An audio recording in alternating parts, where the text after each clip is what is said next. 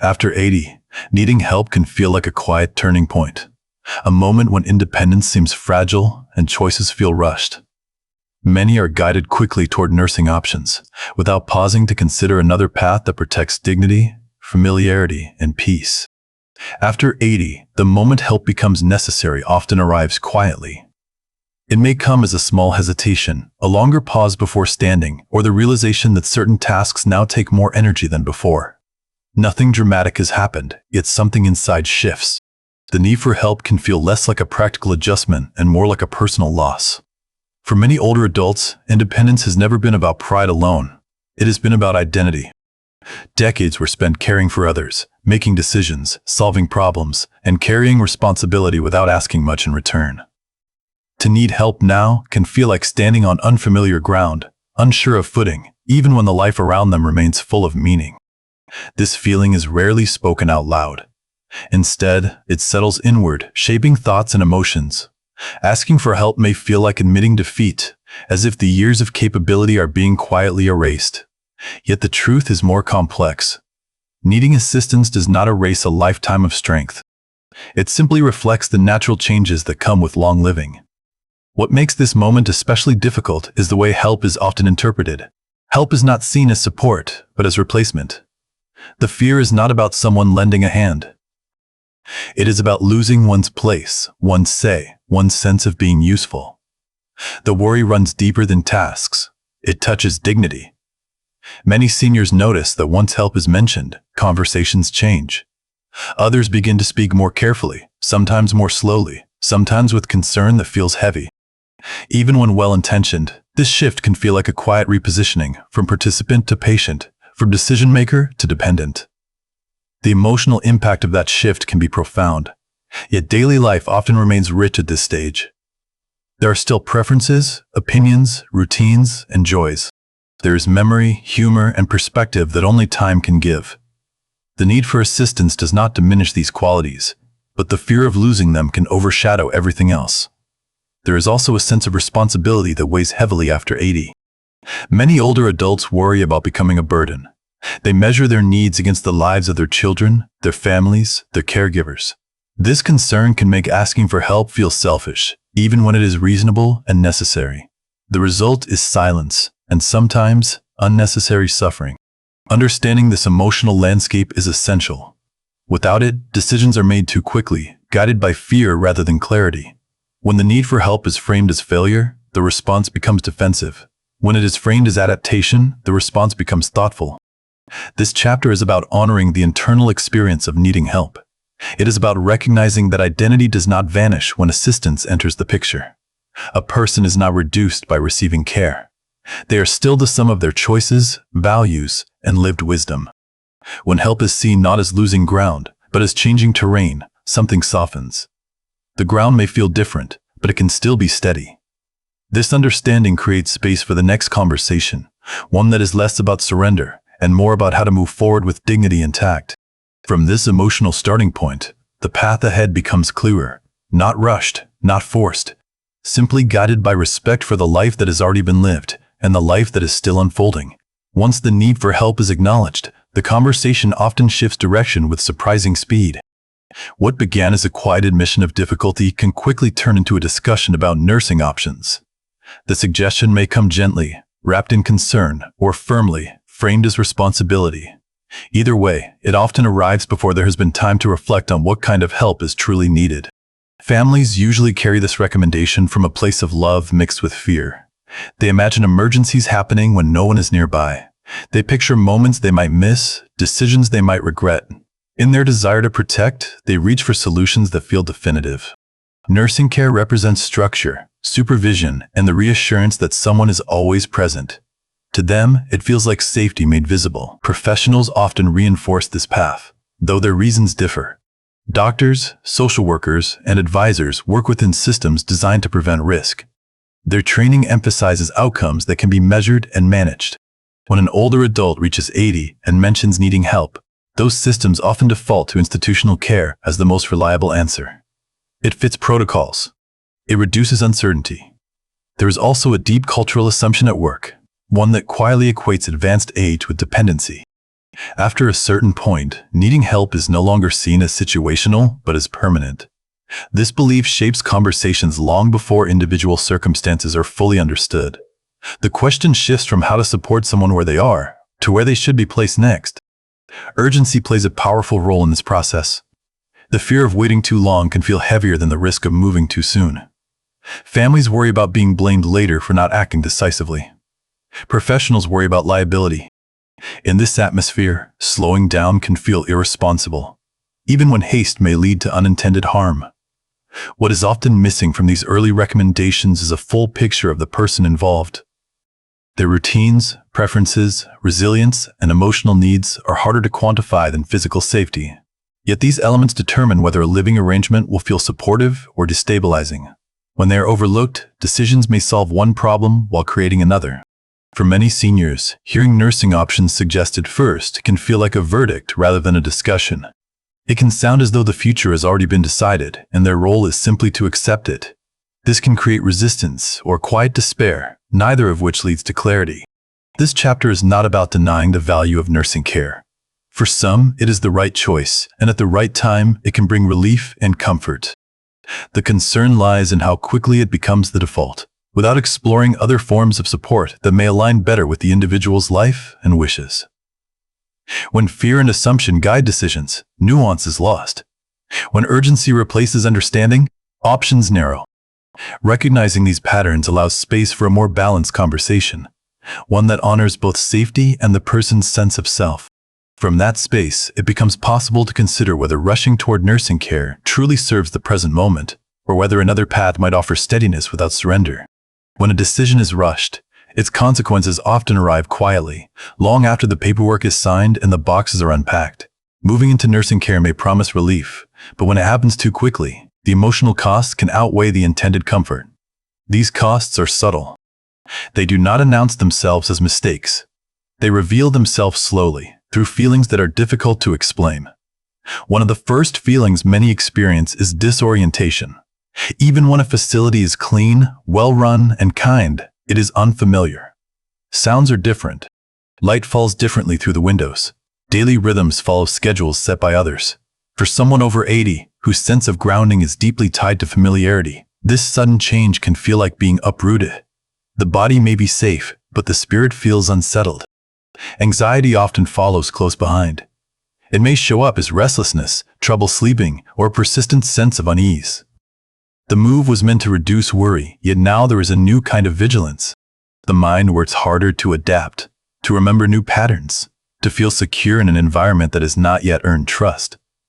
This effort can be exhausting, especially when emotional reserves are already stretched.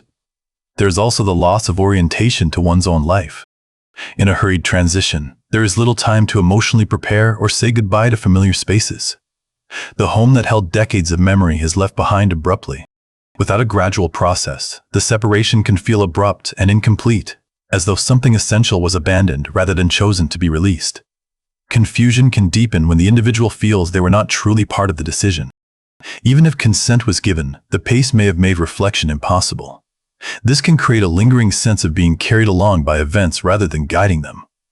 Over time, this feeling can erode confidence and reinforce the belief that control has been permanently lost. Displacement is another quiet cost. It is the feeling of being somewhere without belonging there yet. In nursing care, personal space is limited and routines are shared. Privacy changes. Autonomy narrows. For someone who still holds a strong sense of self, this shift can feel constricting. The question becomes not just where am I living, but who am I now in this place? Families often expect immediate peace once the move is complete. When they notice sadness or withdrawal instead, confusion can arise. Everyone meant well. Everyone acted quickly to protect, yet the emotional adjustment was underestimated. The belief that safety alone brings comfort proves incomplete. This chapter is not about blame. It is about recognizing that timing and process matter deeply, especially after 80. Even necessary transitions benefit from gentleness. When change is rushed, the nervous system struggles to keep up. When it is gradual and intentional, the mind has time to adapt. Rushing into nursing care can unintentionally amplify the very fears it was meant to resolve. Instead of reassurance, it introduces uncertainty. Instead of comfort, it brings grief that has not been named. These reactions are not signs of weakness. They are natural responses to sudden loss of familiarity and control. Understanding these quiet costs creates space for wiser decisions. It reminds us that care is not only about where help is provided, but how change is introduced. With this awareness, it becomes possible to imagine a different approach to receiving help, one that steadies rather than displaces, and supports without overwhelming. There is another way to receive help after 80, one that does not begin with leaving everything familiar behind. It is a quieter path, built on gradual support rather than sudden relocation. This approach recognizes that needing help does not arrive all at once, and that care can grow alongside need instead of replacing life overnight. A gentle way to receive help begins with respect for routine. Daily rhythms carry deep meaning, especially later in life. The time one wakes, the way breakfast is prepared, the chair chosen in the afternoon, these patterns provide structure and calm. When assistance fits into these rhythms instead of reshaping them, it feels less like an intrusion and more like reinforcement. Life continues to feel like one's own. Familiar surroundings play a powerful role in emotional stability. Walls that have witnessed years of living, windows that frame known views, and rooms that hold memory offer reassurance without effort. Receiving help within this environment allows the mind to remain anchored. Energy that would otherwise be spent adjusting can instead be used for connection, reflection, and enjoyment. Layered assistance means help arrives where it is needed, and only where it is needed. This kind of support evolves slowly. It responds to change rather than anticipating decline too aggressively. One form of help may be enough for a long time, and when something new becomes necessary, it is added thoughtfully. This gradual approach protects confidence. It avoids sending the message that everything has changed simply because something has. Personal control remains central in this model. Choices are discussed, not assumed. Preferences are honored, not overridden. The person receiving help remains involved in shaping how support looks and feels. This participation preserves dignity and reinforces a sense of agency. Help becomes something done with someone, not to them. Another strength of this approach is emotional continuity. Relationships remain intact, neighbors stay neighbors, family visits feel familiar rather than formal.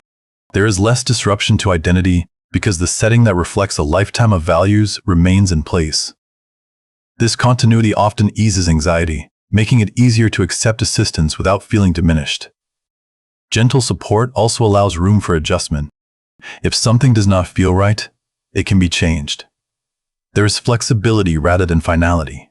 This openness reduces fear, because decisions no longer feel irreversible. The future becomes something to approach thoughtfully instead of something to brace against. Importantly, this path does not deny that needs may grow over time. It simply honors that change deserves care and pacing. When transitions are gradual, the mind and heart have time to adapt. Trust is built step by step, both in the support being offered and in one's own ability to navigate later life with wisdom. Families often find relief in this approach as well. Their concern is addressed without forcing a dramatic shift. They remain connected to the process rather than handing responsibility entirely to an institution. This shared involvement can strengthen relationships instead of straining them. This chapter offers a reminder that care is not a single destination. It is a relationship, one that can be shaped with intention. When help is introduced gently, life after 80 does not feel like a sudden narrowing. It feels like a continuation, supported rather than replaced. From this steadier ground, it becomes possible to rethink independence itself. Not as doing everything alone, but as remaining at the center of one's own life, even as others lend their strength along the way. Independence after 80 does not disappear, it changes shape. What once meant complete self-reliance slowly becomes something more nuanced and, in many ways, more meaningful. It becomes less about doing everything alone and more about remaining the author of one's own life. This shift is quiet, but it is not a loss. It is an adaptation rooted in wisdom. For many people, the word independence carries pride. It represents years of providing, deciding, and standing on one's own feet. When help enters the picture, it can feel as though that pride is being challenged. Yet true independence has never been about isolation. It has always been about choice. The freedom to decide how to live, where to live, and what matters most. That freedom does not vanish simply because hands reach out to assist. In later life, independence often expresses itself through intention. Choosing which help to accept and which to decline becomes an act of self-respect. Deciding how days are structured, who is invited into personal space, and what routines remain sacred are all forms of autonomy. These choices may look smaller from the outside, but internally, they carry deep significance. Accepting help can actually strengthen independence when it is done on one's own terms. Assistance that supports energy rather than replaces effort allows individuals to focus on what gives life meaning. When physical tasks are shared, mental and emotional space opens. There is more room for conversation, creativity, memory, and rest. Independence shifts from effort to presence. Connection also plays a vital role in this redefinition. Being independent does not require being alone. In fact, meaningful connection often reinforces a sense of self. Relationships remind us who we are beyond our limitations. They provide mirrors of identity that remain intact even as abilities change. Independence supported by connection feels steadier than independence carried in solitude. Dignity remains at the heart of this evolution. It is preserved when voices are heard, preferences are respected, and histories are acknowledged. Later life brings perspective.